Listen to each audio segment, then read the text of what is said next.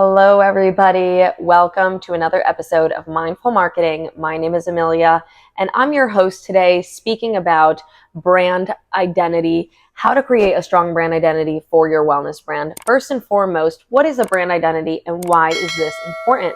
A brand identity is a persona for your brand. This is so important because when you're trying to connect with your ideal client audience online, they need to be able to resonate with your brand. So first and foremost, before you establish a strong brand identity, you need to know exactly who your ideal client audience is, not just where they live and what age they have, what keeps them up at night, what fears do they have, what are their desires. We really need to get into the psychology of what this ideal client avatar is like, and this is going to help us identify all of the key factors that we're going to discuss today. So first and foremost, we need to define our brand purpose.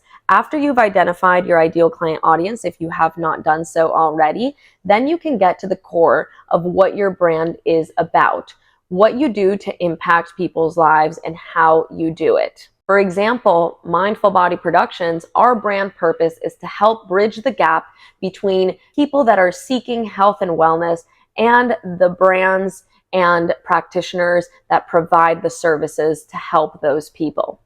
After you've been able to identify your brand's unique purpose, then we need to go into defining our unique value proposition. So what is a unique value proposition? Basically, it's a statement that tells someone what you do, how you do it, and in what time frame you can complete this for them. Why is this important? Because we need to be very direct with people. We need to be very solution oriented. So we can't necessarily focus on the technicality. For example, if you are a health coach, there might be a lot of different avenues that you would approach with your client so that you can help them achieve better health overall. However, we need to get a little bit more defined. So for example, if you're a health coach, you can say, we help you regain control of your nutrition habits with our proven 6-week transformational program. To break that down a little bit, we're basically talking about the solution we provide. We show proof of concept by letting them know this has been tested, and we provide a timeline.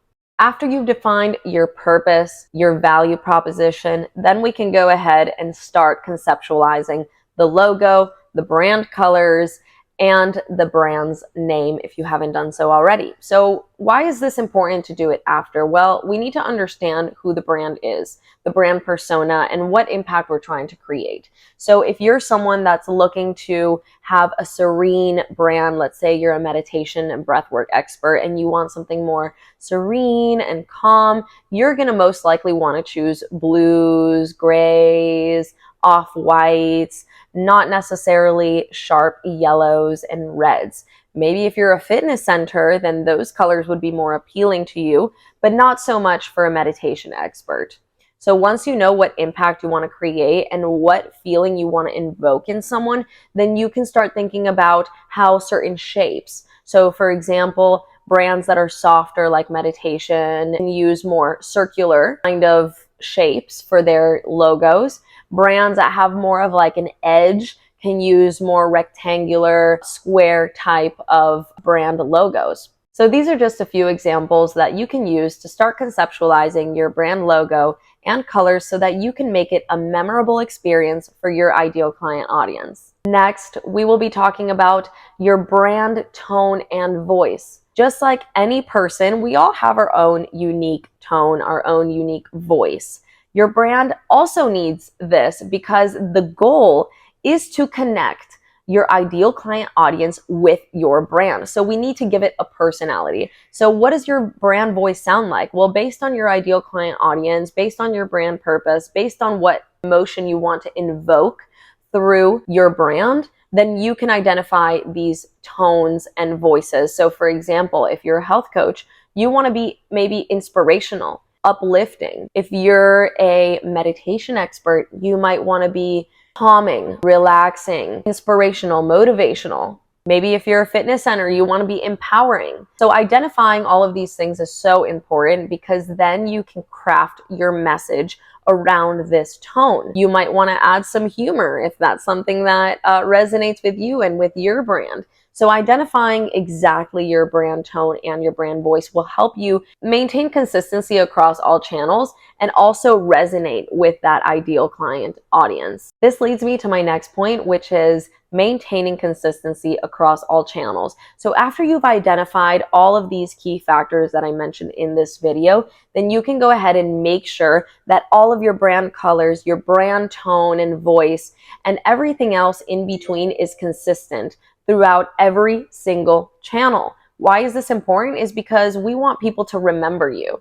We want people to understand who you are, what you do, and when they go across all of your different channels, consistency is what makes them understand, oh, when I see this logo, when I see this color, when I see this tone, this is the brand that is being presented to me. So we want to make that lasting impact, and the best way to do that is through repetition and making sure that across all of your brand channels, you maintain that consistency.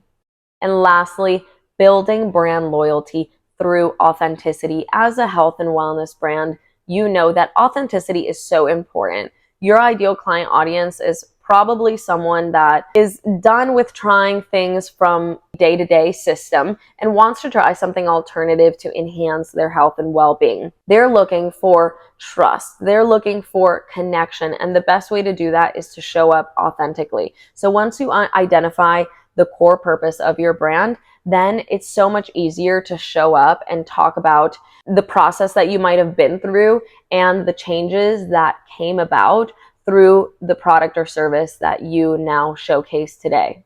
So if you're a health and wellness brand practitioner and have a specific product, maybe you resonate with the fact that this product or service changed your life, and therefore you want to help impact other people through the same way that you were impacted.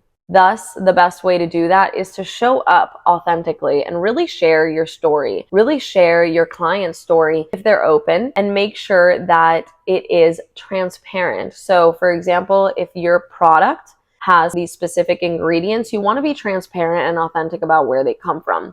If you would like to go more in depth into mindful marketing strategies to help grow your business, then check out the video linked in the description, which will help take your brand to the next level. To conclude, building a strong brand strategy is essential. It's literally the foundation for your growth. If your brand is off, you have different voice here, a different color there, a different look and feel here, and everything is out of balance, it's going to be very hard for your ideal client audience to identify you and therefore build trust and a lasting, meaningful relationship.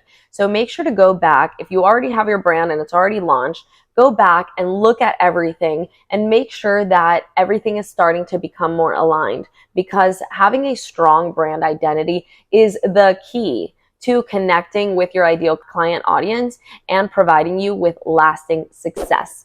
If you like this video, please give us a thumbs up and subscribe so that we can help more wellness brands reach more people, so we can help change the world.